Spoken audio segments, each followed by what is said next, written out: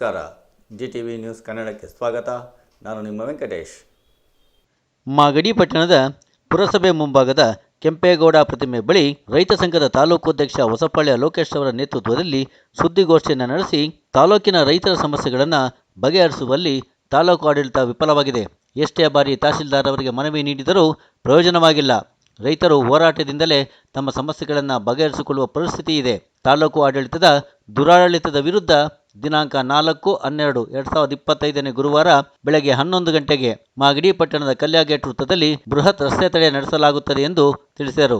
ಈ ಸಂದರ್ಭದಲ್ಲಿ ರೈತ ಸಂಘದ ತಾಲೂಕು ಅಧ್ಯಕ್ಷ ಹೊಸಪಾಳ್ಯ ಲೋಕೇಶ್, ಚಂದ್ರಾಯಪ್ಪ, ಶಿವಲಿಂಗಯ್ಯ, ಬುಡಾನ್ ಸಾಬ್, ಸಲೀಂ, ಶೇಖರ್, ಸಿದ್ದಪ್ಪ, ನಾರಾಯಣ್, ಕಲೀಂ, ಶಿವರುದ್ರಯ್ಯ ಹಾಗೂ ಇನ್ನೂ ಅನೇಕ ರೈತ ಬಾಂಧವರು ಭಾಗವಹಿಸಿದ್ದರು. ಕರ್ನಾಟಕ ರಾಜ್ಯ ರೈತ ಸಂಘಕ್ಕೆ, ರೈತ ಹೋರಾಟಗಾರರಿಗೆ, ರೈತ ಬಾಂಧವರಿಗೆ, ಮಾಗಡಿ ಕೆಂಪೇಗೌಡರಿಗೆ, ಕರ್ನಾಟಕ ರಾಜ್ಯ ರೈತ ಸಂಘಕ್ಕೆ, ಹಿತಕಾಯದ ತಾಲೂಕು ಆಡಳಿತಕ್ಕೆ, ರೈತರ ಹಿತಕಾಯದ ತಾಲೂಕು ಆಡಳಿತಕ್ಕೆ, ಹಿತಕಾಯದ ತಾಲೂಕು ಆಡಳಿತಕ್ಕೆ, ರೈತರ ಹಿತಕಾಯದ ತಾಲೂಕು ಆಡಳಿತಕ್ಕೆ, ಕರ್ನಾಟಕ ರಾಜ್ಯ ರೈತ ಸಂಘಕ್ಕೆ, ರೈತ ಹೋರಾಟಗಾರರಿಗೆ, ರೈತ ಬಾಂಧವರಿಗೆ, ಮಾಗಡಿ ಕೆಂಪೇಗೌಡರಿಗೆ, ಕರ್ನಾಟಕ ರಾಜ್ಯ ರೈತ ಸಂಘಕ್ಕೆ. ಇವತ್ತು ತಾಲೂಕಿನಲ್ಲಿ ರೈತ ಸಂಘ ಸುಮಾರು ಬಾರಿ ರಸ್ತೆ ಚಳುವಳಿ, ತಾಲೂಕು ಕಚೇರಿ ಮುಂಭಾಗ ಚಳುವಳಿ ಮಾಡಿತ್ತು. ತಾಲೂಕಿನಲ್ಲಿ ಹಲವಾರು ಸಮಸ್ಯೆ ಬಗೆಹರಿಸಬೇಕು. ಕೆಶಿಪ್ಪು ರಸ್ತೆ ಅವೈಜ್ಞಾನಿಕವಾಗಿದೆ. ಅದನ್ನು ಎಡಬಲ್ಲಿ ಇರ್ಬೋದು, ಅವರು ಪ್ರಾಜೆಕ್ಟ್ ಇಂಜಿನಿಯರ್ ಕರೆದ್ಬಿಟ್ಟು ಅವರ ರೈತರಿಗೆ ಮನೆ ಬಾಗಿಲಿಗೆ 1 ಅಡಿ 1.5 ಅಡಿ ಹೈಟ್ ಮಾಡಿಕ್ಕಿದ್ದಾರೆ ಅಂತೆ. ಸುಮಾರು ವರ್ಷದಿಂದ ಹೇಳ್ತಾಯಿದ್ವಿ, ಬಗೆಹರಿಸಲಿಲ್ಲ. ರೀಸೆಂಟಾಗಿ ಅಂದರೆ ಅಲ್ಲಿ ಒಂದು 8 ತಿಂಗಳಾಯ್ತಾ ಬಂತು. ಸೋಮೇಶ್ವರ ಕಾಲೋನಿಯಲ್ಲಿ ರಸ್ತೆ ತಡೆ ಮಾಡಿದ್ವಿ. ಅವಾಗ ಇದೇ ತಹಶೀಲ್ದಾರ್ ಅಂದರೆ ಶರತ್ ಕುಮಾರ್ ಅವರು ಪೊಲೀಸ್ ಇಲಾಖೆ ಕರೆಸಿ ನಮ್ಮನ್ನು ಅರೆಸ್ಟ್ ಮಾಡ್ತಾ ಥರ ಮಾಡಿ ರೋಡ್ ಬಿಡ್ತಿದ್ರು. ಆಮೇಲೆ ಮತ್ತೆ ತಿರ್ಗಾ ಒಂದ್ಸರಿ ರಸ್ತೆ ತಡೆ ಟ್ಯಾಕ್ಟ್ರಿ ಚಳುವಳಿ ಮಾಡಿ ನೆನಪು ಮಾಡಿದ್ವಿ ಕಲೆಗಟ್ಟಲ್ಲಿ. ನಾವು ಮಾಡ್ತೀವಿ ಅಂತ ಭರವಸೆ ಬಿಟ್ಟರೆ ಯಾವುದೇ ಕಾರಣಕ್ಕೂ ಯಾವುದೂ ಕೆಲಸ ಮಾಡಿಲ್ಲ. ತಿಪ್ಪಗೊಂಡಹಳ್ಳಿ ಜಲಾಶಯದ್ದು ಸನ್ಮಾನ್ಯ DK ಶಿವಕುಮಾರ್ ಅವರು ಮತ್ತು ಕುಮಾರಸ್ವಾಮಿ ಅವರು ಮುಖ್ಯಮಂತ್ರಿ ಆಗಿದ್ದಾಗ ಸಮ್ಮಿಶ್ರ ಸರ್ಕಾರದಲ್ಲಿ ಸುಮಾರು ಹಣನ ಕೆರೆ ಹೂಳೆತ್ತಬೇಕು, ಆ ಕೆರೆನ ಕ್ಲೀನ್ ಮಾಡಿ ಅಲ್ಲಿ ಬರ್ತಕ್ಕಂಥ ನೀರನ್ನ ಫಿಲ್ಟ್ರ್ ಮಾಡಿ ಕೆರೆನ ಕ್ಲೀನ್ ಮಾಡಿ ನೀರು ಬಿಡಬೇಕು. ಇದು ನೀರು ಜನಗಳಿಗೆ, ಮಾಗಡಿ ಜನಕ್ಕೆ ಮತ್ತು ಬೆಂಗಳೂರು ಜನ ಕುಡಿಯೋ ನೀರು ಮಾಡಬೇಕು ಅಂತ ಮಾಡಿದ್ರು. ಇದೇ ನೀರು ಕೊಳತಿ ನಾರ್ತಾದ ಈ ನೀರು, ಇದೇ ನೀರು ಮಂಚಿನ ಮೇಲೆ ಹೋಯ್ತದೆ. ಇವತ್ತು ಅಧಿಕಾರಿಗಳು ಸುಮಾರು ಬಾರಿ ಮನವಿ ಕೊಟ್ಟಿದ್ದೀನಿ, ಹೋರಾಟನೂ ನಡೆಸಿದ್ದೀವಿ. ನಮ್ಮ ಹೋರಾಟ ಪ್ರತಿಫಲವಾಗಿ ಇವತ್ತು ಅವರು ಹೂಳೆತ್ತಕ್ಕೆ ಕೆರೆಗೆ ಹೂಳೆತ್ತಕ್ಕೆ ಹಣ ಬಿಡುಗಡೆ ಮಾಡಿದ್ದು. ಒಂದು ಪಾದಯಾತ್ರೆ ಮಾಡಿ, ಬೈಕ್ ರ್ಯಾಲಿ ಮಾಡಿ ಎಲ್ಲ ಮಾಡಿದ್ಮೇಲೆ ಅದು ಸರ್ಕಾರ ಗಮನ ತಿಪ್ಪಗೊಂಡಹಳ್ಳಿ ಉಳಿಸ್ಬೇಕು ಅಂತ ಬಂದಿದ್ದು.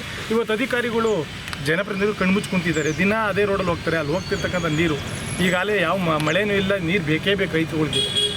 ಅವ ನೀರಿನ ಅವಶ್ಯಕತೆ ಇದೆ. ಎಚ್ಚೆತ್ಕೊಂಡು ಅವು ಹೂಳು ತೆಗೆದಿಲ್ಲ. ಅದ್ರ ವಿರುದ್ಧವಾಗಿ ಮತ್ತು ತಾಲೂಕು ಕಚೇರಿ ಕೆಲವು ಅಧಿಕಾರಿಗಳು ಈ ಒಂಥರ ಈ ಯಾರು 10-15 ಎಕರೆ ಜಮೀನು ಮಡಗಿರೋರು ಒಂದು ನೀಟಾಗಿ ಬಟ್ಟೆ ಹಾಕೋಕ್ಕಾಗಲ್ಲ ಅಂತ ಬಟ್ಟೆ ಹಾಕೊಂಡು ಡಾಬಾಗಳಲ್ಲಿ ಕೆಲಸ ಮಾಡ್ತಾರೆ. ತಾಲೂಕು ಕಚೇರಿ ಒಳಗಡೆ ಅದರೊಳಗಡೆ ಕೆಲಸ ಮಾಡ್ತಾ ಇರ್ತಕ್ಕಂಥ ಸಣ್ಣ ಪುಟ್ಟ ಕೆಲಸ ಡಿ ಗ್ರೂಪ್ ನೌಕರರು ಯಾರು ನನಗೆ ಗೊತ್ತಿಲ್ಲ, ಅವರು ಇಲ್ಲ ಕಾಂಟ್ಯಾಕ್ಟ್ ಮಾಡಿ ತಗೊಂಡವರು, ಅವರೆಲ್ಲ ಡಾಬಾಗಳಲ್ಲಿ ತಗೊಂಡೋಗಿ ರೆಕಾರ್ಡ್ನ ತಗೊಂಡು ಡಾಬಾಗಳಿಗೆ ಕೆಲಸ ಮಾಡ್ತಾರೆ. ಇದನ್ನು ತಹಶೀಲ್ದಾರ್ ಕಣ್ಮುಚ್ಕೊಂಡು ಕುಂತವ್ರೆ, ಇಲ್ಲ ಅವ್ರಿಗೆ ಗೊತ್ತಿದ್ದೇ ಮಾಡ್ತವ್ರ. ಇದನ್ನ ಯಾವಾಗ ಬಗೆಹರಿಸ್ತೀರಾ? ಇದ್ರ ವಿರುದ್ಧವಾಗಿ ಮತ್ತು ಬೆಸ್ಕಾಂ ಇಲಾಖೆ, ಈ ಕರೆಂಟ್ ಬೇಕಾಗಿರೋದೇ ನಮಗೆ. ಈ ಕರೆಂಟು 1 ತಿಂಗಳಿಂದ ಸಂಜೆ 2 ಗಂಟೆ ಮೇಲೆ 1 ತಿಂಗಳಿಂದ ಕೊಡ್ತಾರೆ ಕರೆಂಟ್. ಸಂಜೆ 2 ಗಂಟೆ ಕೊಡ್ತಾರೆ, ಬಿಸಿಲಲ್ಲಿ ನೈಟ್ ಕೊಡ್ತಾರೆ. ನಿಯಮಿತವಾಗಿ ಕರೆಂಟ್ ಕೊಡಿ. ಕರೆಂಟ್ ಕೇಳಿದ್ರೆ ಕರೆಂಟ್ ಕೊಡ್ತಾರೆ. ಚಿರತೆ ಕಾಟ ನೀವು ಕಣ್ಣಿಗೆ ಜಾಸ್ತಿ ಆಗೋದು. ಅವ್ರನ್ನ ಕೇಳಬೇಕು ಅಂದ್ರಿ. ಆ TCಗಳು ಕುಂಡ್ರಿಸವ್ರೆ. TC ಕುಂಡ್ರಿಸಿ 6 ತಿಂಗಳಾಗಿಲ್ಲ. ಅವಾಗಲೇ ಕಲೆಕ್ಷನ್ ಕಿತ್ತು ಒಳಗಡೆ ಆಯಿಲ್ ಹೊಂಟೋಗುವಂತೆ ಕಳೀತವ್ರೆ. ಇನ್ನು ಯಾರು TC ಕೊಡ್ತಾರೆ? ಯಾರು TC ಕೊಟ್ಟವ್ರು ಯಾರು? ಇದು ಗೊತ್ತಾಗಬೇಕು. ಮುತ್ತೂಟ್ ಫೈನಾನ್ಸ್ನವರು ನಾವು ಕಷ್ಟಕ್ಕೆ ಮೋಟ್ರ್ ಬಿಡೋಕ್ಕೋ ಬೋರ್ ಹಾಕ್ಸೋಕ್ಕೋ ಏನು ಒಂದು ಒಡವೆ ಮಡಗಿರ್ತೀವಿ, ಯಾವುದೇ ರೀತಿ ಮಾಹಿತಿ ಕೊಡದೆ ಅವ್ರು ಹೇಳ್ತಾರೆ ನಿಮಗೆ ಫೋನ್ ಮಾಡಿ ತಿಳಿಸಿದ್ದೀವಿ ಅಂತ. ಫೋನ್ ಮಾಡಿ ತಿಳಿಸೋದು ಮಾಹಿತಿ ಇಲ್ಲ. ಅದಕ್ಕೆ ನೀವು ಕರೆಕ್ಟಾಗಿ ನಿಯಮಿತವಾಗಿ ಒಂದು 3 ನೋಟಿಸ್ ಕೊಡ್ಬೇಕು ಲೆಕ್ಕ ಹೋಗಿ. ಈಗ ನಾವು ಪಾಪ ಶೆಟ್ರು ಅವ್ರೇನೇ ಮಾಡಲಿ, ಶೆಟ್ರು ಹೋಗಿದ್ರು, ಅವರೇ ಸುಮಾರು ಕಾಸು ಬಡ್ಡಿ ಪಟ್ಟಿ ಕಟ್ಟಿದ್ರು ಕಾಸು ಕೊಡ್ತಾರೆ ನಿಯತ್ತಿಗೆ. ಇವು ಇವ್ರು ಬಂದ್ಬಿಟ್ಟು ಬನ್ನಿ ಈ ಕಡೆ, ಇವ್ರು ಈ ಕಡೆ ಬಂದ್ಬಿಟ್ಟು ಈ ಕಡೆಯಿಂದ ಆ ಒಡವೆನೂ ಇಲ್ಲ, ಒಡವೆ ಮೇಲೆ ದುಡ್ಡೂ ಇಲ್ಲ, ಒಂದು ನೋಟಿಸು ನಮಗೆ ಕೊಡ್ತಾ ಇಲ್ಲ. ಏನು ಕಾರಣ? ಯಾಕೆ ಇವ್ರು ನಮ್ಮ ಒಡವೆ ತಗೊಂಡು ಮಾಡ್ತಿರೋರು? ಅದ್ರ ವಿರುದ್ಧವಾಗಿ ಮತ್ತು ಕೃಷಿ ಇಲಾಖೆಯಲ್ಲಿ ಏನು ರಾಗಿದು ಯಾವುದೋ ರಾಗಿ ಬೆಳೆ ಬೆಳೆದು ತೆನೆನೇ ಹೊಂಟಿಲ್ಲ, ಅದ್ರ ಪರವಾಗಿ ಅದು ಪರಿಹಾರ ಕೊಡಬೇಕು. ಮತ್ತು ಕೃಷಿ ಸಲಕರಣೆಗಳು ಕೊಡಬೇಕು. ಈ ಔಷಧಿ ಅಂಗಡಿಯವರು ಮತ್ತು ಯಾವ ಕೃಷಿ ಸಲಕರಣೆ ಮಾಡ್ತಾರಲ್ಲ ಇವ್ರೇನು ಅವರೇ ಒಂಥರ ತುಗ್ಲಕ್ ದರ್ಬಾರ್ ನಡೆಸ್ತವ್ರೆ. ಅವರು ಬುದ್ಧಿ ಹೇಳ್ತಾರ ಏನು ರೈಟಲ್ಲಿ ಏನು ರೇಟ್ ಮಾಡ್ತಾರೆ. ಆ ಕಳೆ ಮಿಷಿನ್ ಹೊಡೆಯೋವಾಗಲಿ ರಿಪೇರಿಗೆ ತೊಗೊಂಡ್ರೆ ಕೊಟ್ಟಿರೋರೆ ಅವರು ಸುಮಾರು ಮಾತಾಡ್ತಾರೆ. ನಮ್ಮ ಹತ್ರ ತಗೊಂಡಿಲ್ಲ ಕಂಡ್ರಿ, ನಮ್ಗೆ ಬರಲ್ಲ ಕಂಡ್ರಿ, ನಮ್ಗೆ ಇದನ್ನು ಗ್ಯಾರಂಟಿ ಕೊಟ್ಟಿಲ್ಲ ಅಂತ ಹೇಳಿ ಯಾರು ಕೇಳಬೇಕು. ಇದ್ರ ವಿರುದ್ಧವಾಗಿ ಮತ್ತು ನಮ್ಮ ತೋಟಗಾರಿಕೆ ಇಲಾಖೆ ಏನು ಇದಿರ್ಬೋದು, ರಸಗೊಬ್ಬರ ಇರ್ಬೋದು, ಕ್ರಿಮಿನಾಶಕಗಳಿರ್ಬೋದು, ಒಂದು ಅನುದಾನ ಕೊಡೋದಾಗಲಿ ಏನು ಮಾಡ್ತಿದ್ದಾರೆ, ಫೀಲ್ಡ್ ವರ್ಕ್ ಮಾಡ್ತಿದ್ದಾರೆ, ಎಲ್ಲಿ ಇದಿದೆ ಆಫೀಸು ಆ ಮಟ್ಟಿಗೆ ಬಂದೈತಿದೆ. ಮತ್ತೊಂದು ನಮ್ಮ ಇಲ್ಲೇ ಪುರಸಭೆ ಕಾರ್ಯಾಲಯ ಪಾಪ ನಮ್ಮ ಜಡದೇವ್ರು ಮಾಡ್ಕೊಂಡು ನಾವು ಸೇರಿ ಸುಮಾರು ವರ್ಷದಿಂದ ಹೋರಾಟ ಮಾಡ್ತೀವಿ. ಏನು ಕೇಳಿದ್ವಿ, ನಮಗೆ ಮನೆ ಕಟ್ಕೊಡೋದು ಕೇಳಿದ್ವಿ. ನಾವು ಕೇಳಿದ್ವಿ ಹರಿತಾ ಇರೋದು ಬರ್ಗಾವತಿ ಕೆರೆ, ನಮ್ಮ ಗುರುಗಳಲ್ಲಿ ಅವರು ನಮ್ಮವರು ಬರ್ಗಾವತಿ ಕೆರೆಗೆ ಒಯ್ತಾ ಇರೋ ನೀರನ್ನ ಕೊಳಚೆ ನೀರನ್ನ ನಿಲ್ಸಕ್ಕೆ ಪುರಸಭೆಯವ್ರ ಕೈಲಾಗಿಲ್ಲ. ಅಧ್ಯಕ್ಷ ಪಾಪ ನಮ್ಮ ಸ್ನೇಹಿತರೆ ಪಾಪ ಹೊಸ್ತಾಗಿದ್ದಾರೆ. ಈಗಲಾದರೂ ಮಾಡ್ತಾರೆ ಇಲ್ವಾ, ಅವ್ರ ವಿರುದ್ಧವಾಗಿ ಒಂದು ರಸ್ತೆ ತಡೆ ಚಳುವಳಿ ಮಾಡಬೇಕು ಅಂತ ನಮ್ಮ ರೈತ ಬಾಂಧವರ ತೀರ್ಮಾನ ಮಾಡಿದ್ದೀವಿ. ನಾನು ಪೊಲೀಸ್ ಇಲಾಖೆಯಲ್ಲಿ ಒಂದು ಮನವಿ ಮಾಡ್ಕೊತಾ ಇದ್ದೀನಿ. ಇದು ನಮ್ಮನೆ ಕೆಲಸಕ್ಕಾಗಲಿ ನಮ್ಮ ಇಲಾಖೆ ನಿಮ್ಮ ಬಗ್ಗೆ ತುಂಬ ಗೌರವ ಇದೆ, ಇಲಾಖೆ ಗೌರವ ಕೊಡ್ತೀವಿ ನಾವು. ಸುಮಾರು ಯಾವುದೇ ಪಕ್ಷದ ಯಾವುದೋ ಮೆರವಣಿಗೆಗೋ ಏನೋ ಇದಕ್ಕೆ ದಿನಾಂಗಟ್ಟಲೆ ನೀವು ಪರ್ಮಿಷನ್ ಕೊಡ್ತೀರಾ, ರೋಡಲ್ಲಿ ಬಿಡ್ತೀರಾ, ನನಗೆ ಸಂತೋಷ, ನಮಗೆ ಬೇಜಾರಿಲ್ಲ. ಆದರೆ ಇದು ರೈತರ ವಿಚಾರವಾಗಿ ಸಾರ್ವಜನಿಕವಾಗಿ ಇವತ್ತು ಕೆಚಿಪ್ ರಸ್ತೆ ಮಾಡೋರೆ ಸುಮಾರು ಜನ ಬಲಿ ತಗೊಂಡದ್ದು ರಸ್ತೆ. ಹೊಸಪೇಟೆ ಗೇಟಿಂದ ಕಲ್ಯಾಣ ಗೇಟ್ಗೆ ಹೋಗೋಕ್ಕೆ ಒಂದು ಅವರ್ ಬೇಕು. ಯಾರನ್ನ ಬಾಣ್ತಿರೋ ಬಿಮ್ಮಂತಿರೋ ಹೋದರೆ ಡೆಲಿವರಿ ಆಗೋಯ್ತದೆ ಹಂಗದ ರಸ್ತೆ. 16 ಅಡಿ ರಸ್ತೆ ಬಿಟ್ಟರೆ ಹೋಯ್ತಾ ಬತ್ತಾ. ಇದೇನು ಕಣ್ಣು ಕಾಣಿಸ್ತಿಲ್ವ ಅವ್ರಿಗೆ? ಬೆಂಗಳೂರಿಂದ ಬರೋ ವರ್ಷಕ್ಕೆ ಹೋಗೋಕ್ಕೆ ಆಗಲ್ಲ ಪರಿಸ್ಥಿತಿ ಹಂಗಾಗತ್ತೆ. ಏನು ಕೆಲಸ ಮಾಡ್ತಿದ್ದಾರೆ? ಇದ್ರ ವಿರುದ್ಧವಾಗಿ 4ನೇ ತಾರೀಕು ಗುರುವಾರ ದಿನ ರಸ್ತೆ ತಡೆ ಮಾಡಬೇಕು ಅಂತ ರೈತ ಸಂಘ ತೀರ್ಮಾನಿಸಿದೆ. ಇದಕ್ಕೆ ನಾನು ಎಲ್ಲ ರೈತ ಬಾಂಧವರಿಗೂ ಸಾರ್ವಜನಿಕವಾಗಿ ಇದು ಎಲ್ಲ ಹಸಿರು ಶಾಲೆ ಹಾಕೊಂಡಿರೋ ಕೆಲಸ ಏನಲ್ಲ ಇದು. ಇದನ್ನು ಎಲ್ಲ ರೈತ ಬಾಂಧವರು ನಿಮ್ಮ ಮನೆಯವ್ರು ಹೋಗ್ತಾರೆ, ಎಲ್ಲರೂ ಪ್ರಾಣನೂ ಅವ್ರ ಮನೆಗೆ ಬೇಕಾಗಿರ್ತದೆ. ದಯವಿಟ್ಟು ಹೋರಾಟಕ್ಕೆ ಕೈ ಜೋಡಿಸ್ಬೇಕು. ನೀವು ಜೋಡಿಸಿ ಆಗಿಲ್ಲ ಅಂದರೆ ಇದು ಮೂಲೆ ಕುಂತ್ಕೊಂಡು ಮಾತಾಡಬೇಡಿ. ನಮ್ಮ ಹೋರಾಟ ನಾವು ಮಾಡ್ತೀವಿ. ನಮ್ಮ ಮನೆಯಿಂದಲೇ ಎಲ್ಲ ನಿಮ್ಮ ಮನೆಯಿಂದಲೂ ಮಕ್ಕಳು ಮರಿ ಹೋಯ್ತಾರೆ. ಕಣ್ಣಿಂದ ಕುಂತ್ಕೊಂಡು ಅದನ್ನು ನೋಡಿ ಅಂತ ನಾನು ಹೇಳಕ್ಕೆ ಇಷ್ಟಪಡ್ತೀನಿ.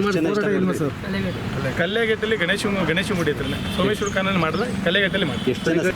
ಹೋರಾಟಕ್ಕೆ ಎಷ್ಟು ಜನ ಸೇರಿ? ಹೋರಾಟಕ್ಕೆ ಸುಮಾರು 100-150 ಜನ ಸೇರಿ. ಅಧಿಕಾರಿಗಳು ಕರೆಸೋದು ತಹಶೀಲ್ದಾರ್ ಅವ್ರಿಗೆ ಒಂದು ವಾರದ ಮುಂಚೆನೇ ಕೊಟ್ಟಿದ್ದೀನಿ ನಾನು. ನನಗೆ ಬರಬೇಕು, ಅವ್ರು ಮೀಟಿಂಗ್ ಕರಿತೀವಿ ಅಂದರು, ಮೀಟಿಂಗ್ ಕರೆಯೋಕ್ಕೆ ಬಂದಿಲ್ಲ.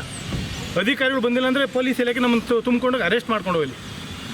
ಅದನ್ನಾನ ಮಾಡಲಿ. ತಾಲೂಕಿನಲ್ಲಿ ಏನು ಜಡ್ಡಿಡ್ದವ್ರು ಇವ್ರ ಕೈಲಿ ಅಧಿಕಾರಿಗಳನ್ನ ತಗೊಳಕ್ಕೆ ಆಯ್ತಲ್ಲ. ಇವ್ರಿಗೆ ತಾಲೂಕು ಆಡಳಿತದಲ್ಲಿ ಅಂದರೆ ಇನ್ನೇನು ಮಾಡ್ತಿದ್ದಾರೆ ಇವರು?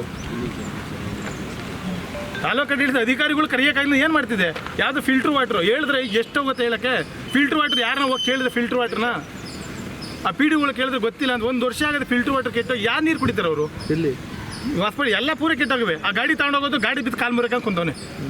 ಇದನ್ನು ಯಾರು ಮಾಡ್ತಾರೆ? ಇದನ್ನು ರೈತ ಸಂಘ ಹೇಳಿ ಮಾಡಿಸ್ಬೇಕು. ಇದನ್ನು ಪಿ ಡಿ ಒ ಆಗಲಿ, ಯಾರು ನಮ್ಮ CEO ಯಾರು ಕಾಣಿಸ್ತಾ ಇಲ್ವಾ? ಏನು ಗೊತ್ತಾಗಲ್ವ ಅದನ್ನು?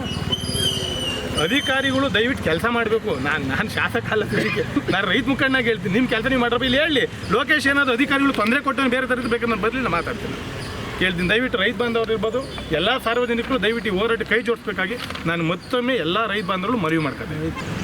DK ಶಿವಕುಮಾರ್ ಅವರು ನಮ್ಮ ಸಮುದಾಯದವರು, ಒಕ್ಕಲಿಗನಾಗಿ ನಮ್ಗೆ ಹೆಮ್ಮೆ ಇದೆ, ಸಂತೋಷ. DK ಶಿವಕುಮಾರ್ ಅವರು ಮುಖ್ಯಮಂತ್ರಿ ಆಗಬೇಕು.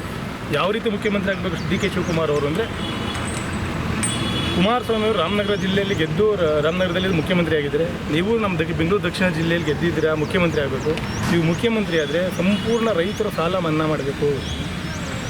ನಿಮ್ಮ ಹೆಸರು ಉಳಿಬೇಕು ಅಂದರೆ ನಿಮ್ಮ ರೈತರ ಸಂಪೂರ್ಣ ಸಾಲ ಮನ್ನಾ ಮಾಡಬೇಕು. ಜೊತೆಗೆ ಮೇಕೆದಾಟಿನ ಅಣೆಕಟ್ಟು ಕಟ್ಟಬೇಕು. ಅದ್ರ ಜೊತೆಗೆ ನನ್ನ ಮನವಿ ಇನ್ನೊಂದೇನು ಅಂದರೆ, ಕಂಚಗಾರ್ನಲ್ಲಿ ಹೋಬ್ಳಿಲಿ ನಡೀತಿರ್ತಕ್ಕಂಥ ಭೂ ಸ್ವಾಧೀನ ದಯವಿಟ್ಟು ಕೈ ಬಿಡಬೇಕು. ನೀವಿನ್ನೂ ಮುಖ್ಯಮಂತ್ರಿ 3 ಸರಿ ಮುಖ್ಯಮಂತ್ರಿಯಾಗಿ ದಯವಿಟ್ಟು ಇದು ರೈತ ಮುಖಂಡ ಮನವಿ ಮಾಡ್ತೀನಿ. ಇನ್ನು ನಮ್ಮ ಬಾಲಣ್ಣರು ಸಂತೋಷವಾಗಿ ಮಂತ್ರಿ ಆಗಲಿ. ಯಾವ ಮಂತ್ರಿ ಆಗಬೇಕು ಗೊತ್ತಾರೆ ಬಾಲಣ್ಣರು? ನೀವು ನಾನು ಚಿಕ್ಕೊಂದಿರ್ಬೋದು, ನೀವು ಕೃಷಿ ಮಂತ್ರಿ ಆಗಬೇಕು. ನಿಮ್ಮ ತಂದೆಯವರು ಕೃಷಿ ಮಾಡ್ತಿದ್ರು, ಕೃಷಿ ಮಂತ್ರಿ ಆಗಬೇಕು. ಚಲುವರಾಯ ಸ್ವಾಮಿ ಇಷ್ಟ ಆಗ್ತಿಲ್ಲ ಕೃಷಿ ಮಂತ್ರಿಯಾಗಿ. ನಮ್ಮ ತಾಲೂಕಿನ ಜನತೆಗೆ ಕೃಷಿ ಇಲಾಖೆ ಬರಬೇಕು, ಸಲಕರಣೆನ ನೀವು ತಂದು ಕೊಡಬೇಕು. ಇನ್ನು ಸಚಿವರಾಗಿ ನೀವು ಕೃಷಿ ಮಂತ್ರಿಯಾಗಿ ತಾಲೂಕಿಗೆ ಒಳ್ಳೇದು ಮಾಡಿ, ರೈತರಿಗೆ ಒಳ್ಳೇದು ಮಾಡಿದ್ದು ಆಗೈತೆ.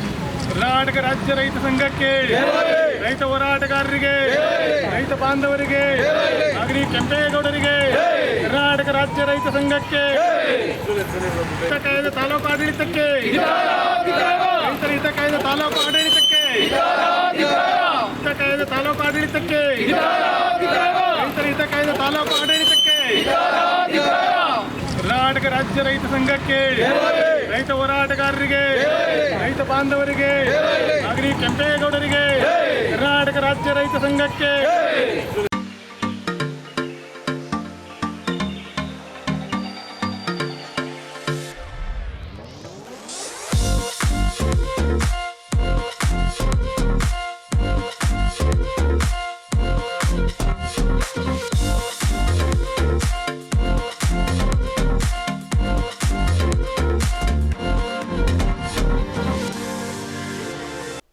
ಇದು ಇವತ್ತಿನ ಮಾಗಡಿಯ ಸುದ್ದಿ ಸಮಾಚಾರ. ನಿರಂತರ ಸುದ್ದಿ ಸಮಾಚಾರಕ್ಕೆ ವೀಕ್ಷಿಸಿ ನಿಮ್ಮ GTV ನ್ಯೂಸ್ ಕನ್ನಡವನ್ನು. ವಂದನೆಗಳು.